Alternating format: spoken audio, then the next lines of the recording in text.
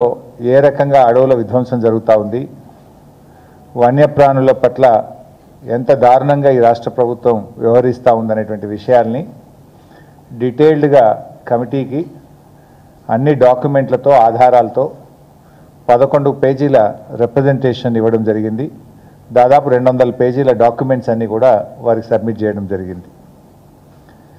Committee కొన్ని questions కూడా మమ్మల్ని వేశారు. వాటన్నిటికీ కూడా మేము ఆన్సర్స్ ఇచ్చాం. కొన్ని డాక్యుమెంట్స్ కూడా వారికి ఇవ్వడం జరిగింది. ముఖ్యంగా ఈరోజు మనందరం కూడా చూస్తూ ఉంటాం, రాష్ట్రంలో ఒక పేద రైతు తన పొలంలో ఉన్న చింత చెట్టో యాప చెట్టో కొట్టుకుంటే ఎంఆర్ఓ ఎస్ఐ పోయి ఆ ట్రాక్టర్ను సీజ్ చేస్తారు, పోలీస్ స్టేషన్ తీసుకుపోతారు, ఆ రైతు మీద కేసులు పెడుతుంటారు, లక్షల రూపాయల పెనాల్టీ వేస్తుంటారు. మరి ఇక్కడ వేలాది చెట్లు వందలాది ఎకరాల్లో నరుకుతూ ఉంటే ఏం చేస్తున్నట్టు, రెవెన్యూ వ్యవస్థ ఏం చేస్తున్నట్టు, ఫారెస్ట్ డిపార్ట్మెంట్ ఏం చేస్తున్నట్టు, ఎందుకు కళ్ళు మూసుకున్నారు? అంటే పేద రైతుకో న్యాయం, రేవంత్ రెడ్డికో న్యాయం ఉంటుందా? న్యాయం అనేటువంటిది, చట్టం అనే దానికి అది ముఖ్యమంత్రి అయినా ఒక రైతు అయినా అందరూ సమానమే.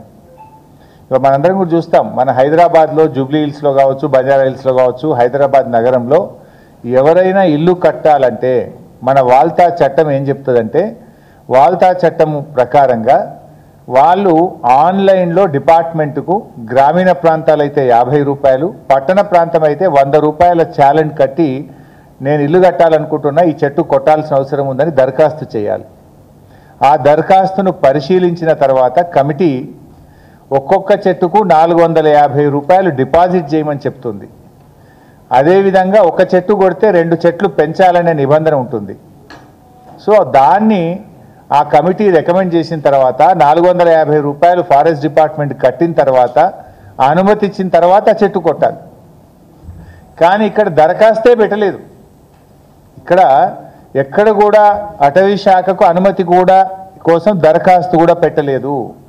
చట్టం ఏం చెప్తుందంటే అటవీ భూముల్లో చెట్టు కొట్టడం కాదు, నీ సొంత పట్టా భూమిలోనైనా నీ హౌస్ సైట్లోనైనా ఎక్కడ చెట్టు కొట్టినా డిపార్ట్మెంట్ యొక్క అనుమతి తీసుకోవాలని చెప్పి మన చట్టం చెప్తుంది.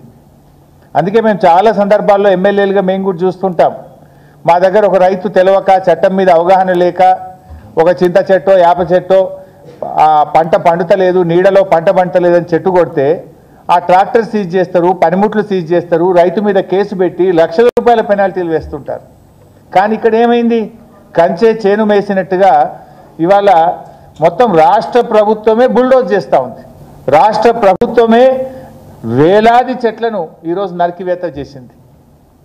ఇంకోటి, పోలీస్ స్టేషన్లో వీళ్ళు అప్లై చేసినారు, చెట్లు నరకడానికి పోలీస్ స్టేషన్లో దరఖాస్తు పెట్టింది టీజీఐఐసి.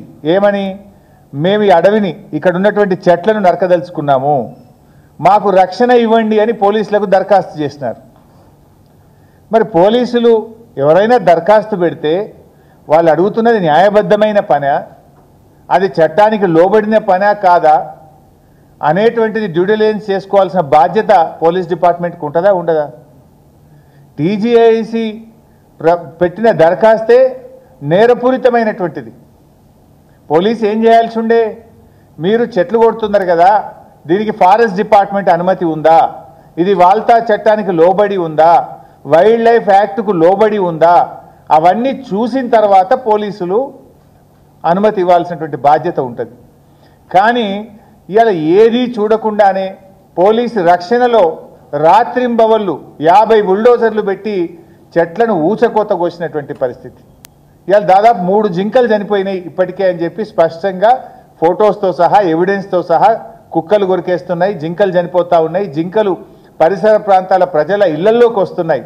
అంటే అది ఉన్నటువంటి గూడును చెదరగొట్టినప్పుడు దిక్కులేక అవన్నీ కూడా పరిసర ప్రాంతాల్లోకి పోవడం, కుక్కల దాడిలో చనిపోయేటువంటి పరిస్థితి ఏర్పడ్డది. వెనకట సినిమా యాక్టరు సల్మాన్ ఖాన్ ఒక జింకను చంపితే ఆయన జైల్లో పెట్టిండ్రు.